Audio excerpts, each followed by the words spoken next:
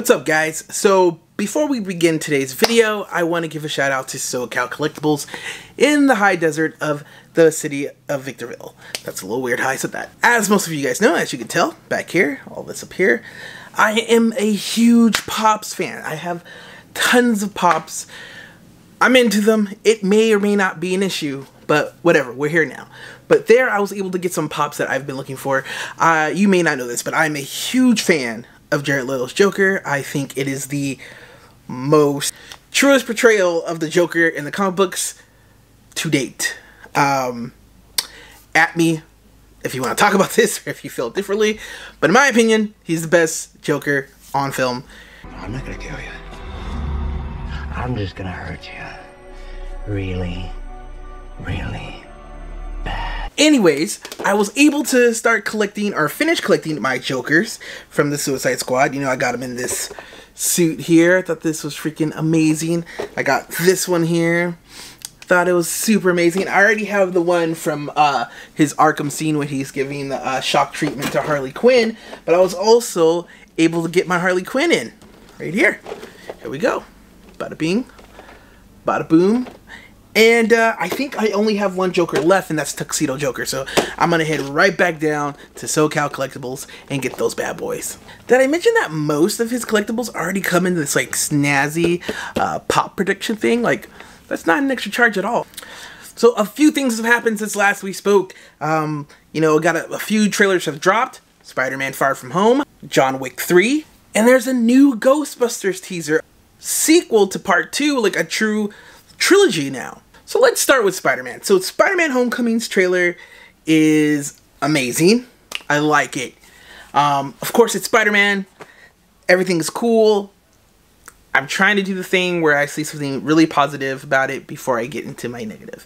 But seriously, I'm excited. I'm excited to see Spider-Man.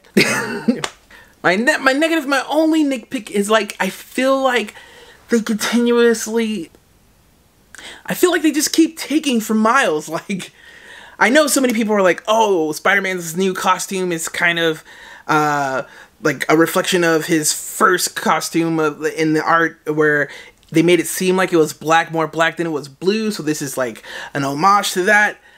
I'm gonna call bullshit right now and just say this is pretty much them taking Miles Morales' color scheme, and they already took his best friend, and like they're just gonna keep pulling from his material. And so the only place we're gonna get Miles is in this like animated world, which is fine. I mean, like, I guess it's like whatever, Sony. I mean, like, Amy Pascal is infamously famous for that leak email she sent to Marvel, basically saying, you know, there can't be a black Spider-Man, there can't be a female Spider-Man, and he can't be gay. I don't know why that was a concern for Amy Pascal, but okay. But yeah, so I just feel like they're just going to keep taking and taking and taking from Miles, to everything that Peter has done is going to be so Miles related that if there's ever a thought to do a Miles Morales live action story, like, there's no point. We've already got it. So moving on to John Wick 3, man, talk about world building, guys. John Wick, the first John Wick, is definitely one of those movies you mark down as like a great movie, just because, not in the sense of acting, but in the sense of writing, really. Like, I know John Wick is not going to get any Oscars or whatever, you know, what have you, but this guy essentially wrote a script. He world built so good that they're in talks of making a TV series, more spin-off movies. Like, it's amazing, like, how great of a script this was written. And so the first movie was awesome. The second movie was cool, as second movies do, like the kind of like a little placeholder.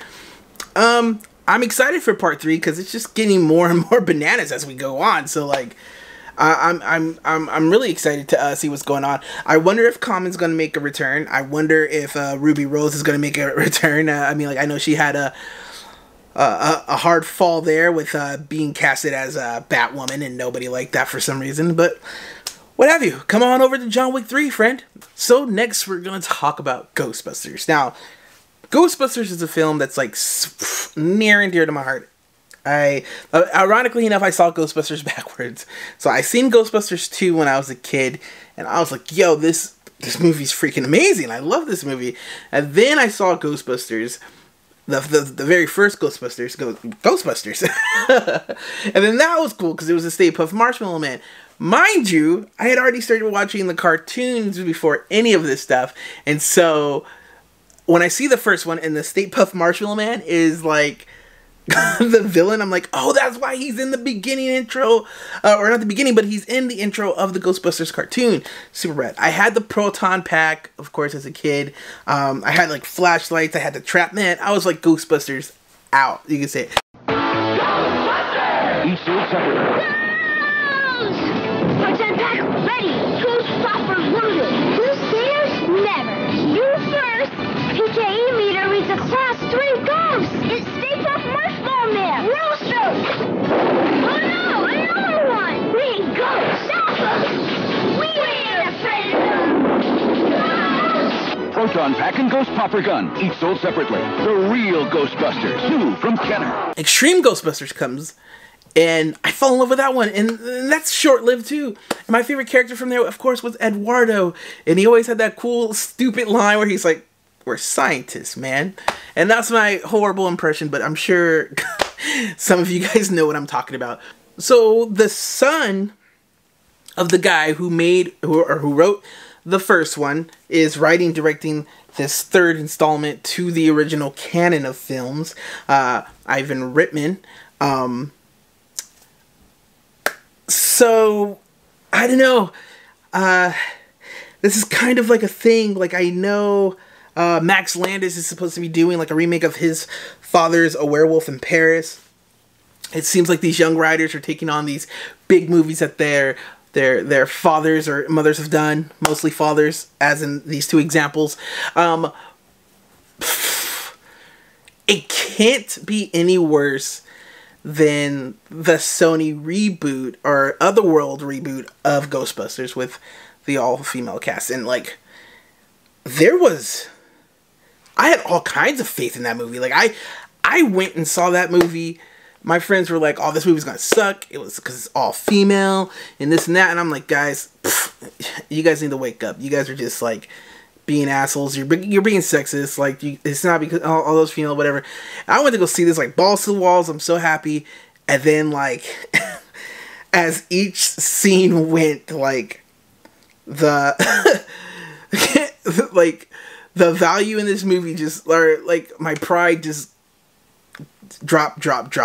Specifically when I knew, like, I clearly am going to have to eat a lot of crow, like, I put my foot in my mouth, is when, for no absolute reason, there's a dance break.